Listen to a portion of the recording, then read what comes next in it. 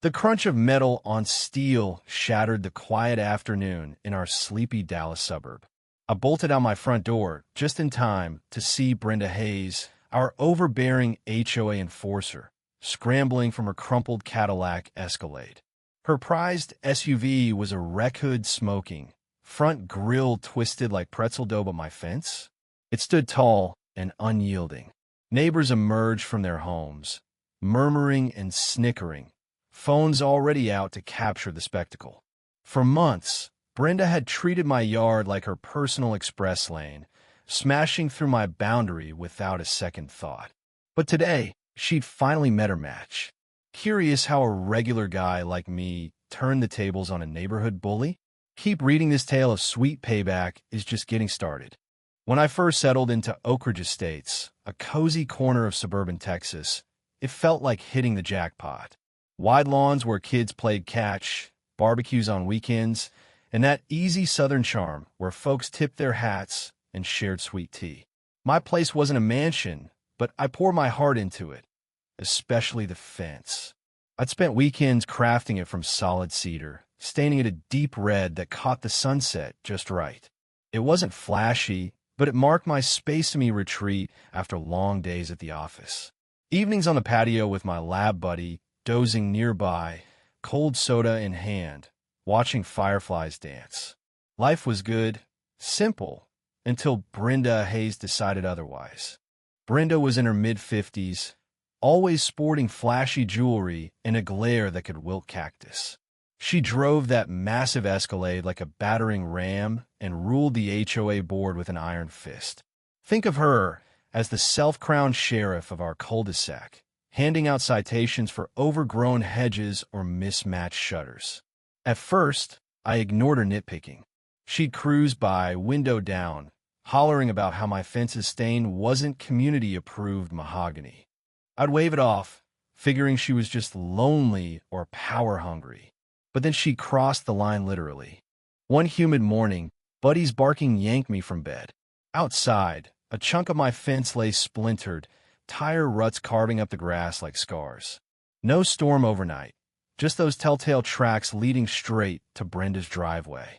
Later, I spotted her backing out and veering right through my yard, clipping the fence again as if it were invisible. She flashed a fake grin and waved like deal with it. My blood boiled. Who does that? I confronted her politely over coffee, but she brushed me off. Oh, honey, that's barely a fence. If it were sturdier, it wouldn't break so easily. Add some Texas grit to your lot, don't you think? It wasn't a one-time thing. Brenda made it routine, plowing through twice a week, laughing on her phone while it flew. I'd repair it sawing, staining, sweating under the sun only for her to demolish it days later. The audacity grated on me. Why my yard? Because it shaved seconds off her commute to the country club? It was entitlement pure and simple, the kind that makes you question if common decency exists anymore. I tried talking sense again, but she sneered, "Rules are for folks like you, not me. Fix it properly next time." Frustration built like a summer storm. I documented everything photos, timestamped and took it to the HOA meeting. Sat there expecting fairness, but Brenda dominated, twisting facts. We can't have eyesores lowering values. That fence is a hazard. The board, her puppets, nodded along. Instead of her getting slapped with a fine, I got one, $150 for neglected property. It was infuriating paying for her destruction. Neighbors whispered sympathy, but stayed silent, fearing her wrath. One even joked at the mailbox, "Might as well add a toll booth, Alex." Humiliating. The breaking point came during a family gathering.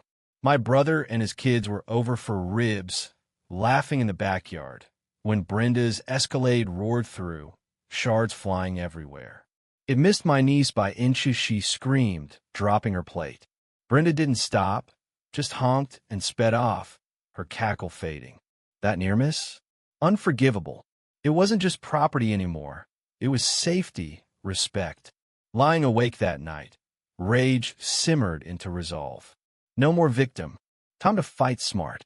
I dove into research, poring over HOA docs and city codes by flashlight.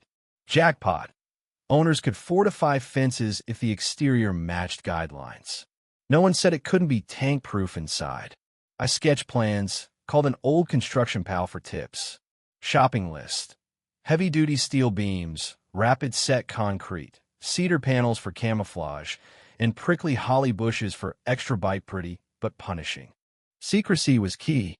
Brenda had eyes everywhere, so I worked nights floodlight low, buddy on lookout. Dug holes deep as graves, poured concrete, set steel posts like rebar spines. Wrapped them in stained cedar looked identical from a curb. Planted those hollies, thorns weaving through slats like natural barbed wire. HOA couldn't complain. It was landscaped. Added hidden cams for proof. Days, I played nicely, waving at Brenda as she smirked by. Inside, I buzzed with anticipation. Her next shortcut? Her undoing. The wait ended on a scorching Saturday. Sipping iced tea on the porch, feigning newspaper reading, I saw her garage open. Out rolled the Escalade, gleaming under the Texas sun. Brenda, shades on, rev hard and aimed straight for my fence like always. The impact? Epic. Not with snapping, but a bone-rattling clang. Her SUV bucked, grille crumpling, airbags deploying with a whoosh. Hollies raked the paint, leaves scattering like confetti. She shrieked, stumbling out, arms scratched, hair a mess. Neighbors swarmed, gasping, then giggling. "One tarnation," one yelled. Brenda pointed at me, furious. "You rigged this. It's an assault." I strolled over calm. "Nah, just reinforce my property. Legal as apple pie. Got footage if you want to see." The crowd erupted in laughs. She kicked the fence glang and looked foolish. For once, her bluster failed. The queen was crumbling. Brenda didn't quit. She summoned HOA Prez Harold Jenkins, who arrived clipboard in tow, sweating in his polo. She ranted, "Arrest him. It's a trap." I handed over permits, bylaws highlighted. Harold sighed. "Looks compliant, Brenda. And you trespassed again." Her face purpled. He provoked me. But cams don't lie. Neighbors filmed everything, murmurs turning to cheers. She stormed off, threats flying, but the tide shifted. Word spread like wildfire. Videos hit neighborhood chats, even local Facebook groups. HOA boss gets owned. Her insurance guy showed next, suit crisp, inspecting the wreck. Brenda wailed. "Vandalism." He set me up. He shook his head. "Ma'am, this is reckless driving on private land." Claim denied. Neighbors piled on testimonies, kids scared. Lawns ruined. At the next HOA huddle, she demanded my head. I countered with evidence. Board turned. "Brenda, you're the violator." Laughter echoed. Her allies bailed. Premium soared. Fine stack city. HOA all hitting hard. But Brenda snapped. One blazing afternoon, hose in hand, I heard her tires screech. She charged out, red-faced. "This is on you." Thin and believable-ish, yanked my mailbox from the ground, concrete flying. Neighbors gasped. "That's federal." Phones rolled. Cops arrived fast, lights flashing. "Ma'am, destroying mail property? You're under arrest." She flailed. "It's self-defense." "Conspiracy." Cuffs clicked. She wailed as they hauled her away, mascara streaking. The cul-de-sac erupted claps, whistles. Her empire? Shattered. The fallout was swift. HOA booted her permanently. Insurance flagged fraud. Fines buried her. Neighbors shunned her once her court, now her judges. A month later, for sale sign up, price slashed. I watched her pack, muttering, and raised a glass alone. Rebuilt the fence final time, added a plaque, Brenda's final ride. Folks snapped pics, shared laughs. Harold even stopped by. "You freed us, Alex." In the end, Brenda's arrogance sealed her fate. She thought rules bent for her until they snapped back. Oak Ridge breathed easier. Flowers bloomed freely. No more petty tyrants. Patience paid off. I stood firm, let her self-destruct. What do you think? Did Brenda deserve it? Or was I trapped too far? Share your take in the comments. Stand your ground and let me know your side.